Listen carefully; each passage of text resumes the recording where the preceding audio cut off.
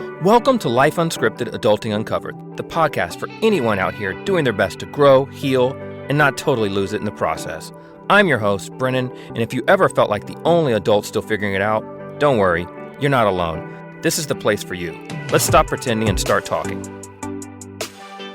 Guys, welcome back to another episode of Life Unscripted, Adulting Uncovered. I am Brennan, and yes, I am still the host on this podcast where we talk about all these wonderful things and these feelings and getting really honest with ourselves.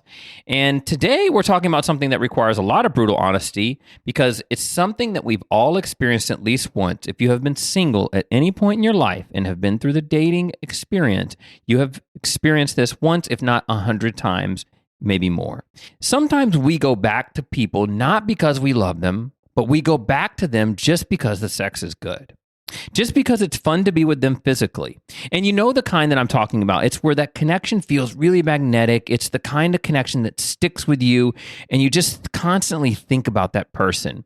Even when you know this person isn't good for you, the pull is very hard to resist. What is it about good sex that makes us skip the logic?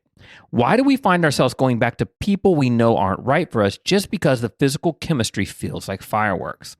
Today, we're unpacking exactly why that happens, what's really going on in your brain and your body when it does happen, and how to finally break free from this cycle. When you have great sex, your brain lights up like it's on drugs because, in a way, it really is. You're getting a hit of dopamine, which is a pleasure and reward chemical. Then comes oxytocin. That's a bonding hormone that makes you feel attached. And then there's serotonin. This is a mood regulator, and it's the thing that really keeps you balanced. So every time you're with that person, your brain is firing off all these intense chemicals. When they're gone, when that person's away, your brain's like, I need another hit. I need that high again. It's not always the person that you're missing. It's really the feeling that you experience when you're around them.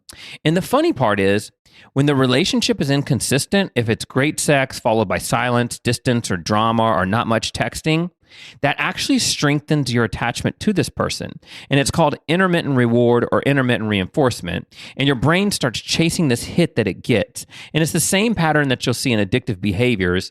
And so you know something is bad for you, but you continue to reach for it anyways. Here's the part where it gets a little bit deeper. Good sex, it doesn't just activate your body, it confuses your nervous system.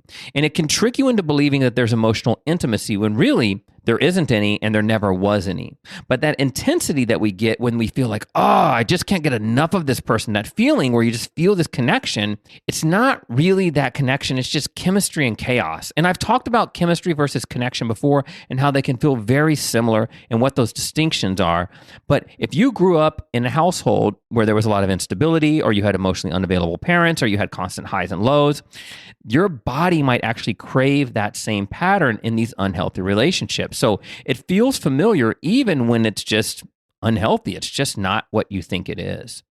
And unfortunately, I have been there as well. And I have been in times where I thought that the spark was something real when really it was just my body chasing a feeling, not a future. And fast forward, I spent too much time in those relationships or with those people, and they did not end up going where I thought they were. The next question is really, so how do I break the cycle? How do we stop going back to someone that we know isn't good for us?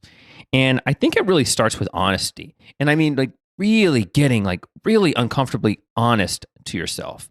And you need to ask yourself, do I want this person or do I just want the feeling? Because most of the time it's the feeling. Because we know that this person is not good for us. We've already made that decision early on. And we've probably told ourselves, well, why do I just keep going back and doing this? What we need to reckon with is that it is the feeling that we get when we're around that person, not really the person. And the next step is to stop romanticizing the chemistry. See, chemistry is very easy. It's biology. Compatibility and connection. See, that takes truth. It takes alignment. It takes intimacy, trust, transparency, authenticity, and vulnerability. All these things that we talk about on this channel and on this podcast, those things do not materialize in 2 or 3 sessions of being with someone, or 3 or 4 or 5 sessions of being someone. These things materialize months and months later, and sometimes years later, of really understanding a person through trials and tribulations, and sometimes often tough situations. So stop romanticizing the chemistry. The next thing is to detox from the connection. So delete their number, stop checking their socials. Every time you reach out and have another conversation or connection or text with this person, you're essentially resetting that addiction loop with that person. We need to detox from the connection, and part of that is drawing a hard line in the sand and deleting numbers, stop checking socials, back away from them. Step 4 is to redirect your energy. Put that fire and that passion somewhere else. Put it into fitness or creativity or painting or hiking or spending time with your dog or doing whatever your purpose is that feels fulfilling to you, because that passion, it's not just going to disappear. It just needs a better outlet. And when you have all these things that are keeping you busy and you're able to redirect that energy, you're really starting to attach yourself and anchor yourself to a life that you really enjoy that doesn't necessarily involve that person. And step 5 is to attempt to reprogram your nervous system. So start showing your body that calm isn't boring, that it's safe, right? You're going from this really high octane experience to something that is much more calming and may feel boring. And so just recognize that peace doesn't mean that the spark's gone. It means that you finally stop mistaking chaos for love. And these things take time, but these are 5 things that you can do to actively move away from going back and forth to someone you know isn't good for you just because the sex is good. In closing, good sex can make you feel connected, but real connection, it isn't proven in the bedroom. It's revealed outside of it. It's what happens when people's clothes are on and there's honesty and laughter and trust and transparency and authenticity and vulnerability and emotional safety. Remember that sex only amplifies a great connection. It doesn't create one. If you're going back to someone who isn't right for you, remember, you're not weak. You're wired. You're wired that way, but you can rewire yourself. And the moment you start choosing peace over passion, you will start breaking that pattern and rewiring your brain. Guys, I will end there today. My name is Brennan. This is Life Unscripted, Adulting Uncovered. Remember, you don't need perfect love. You just need an honest connection. And like I always say, life is so much better when we stop pretending and we start talking. I will catch you next time. Take care.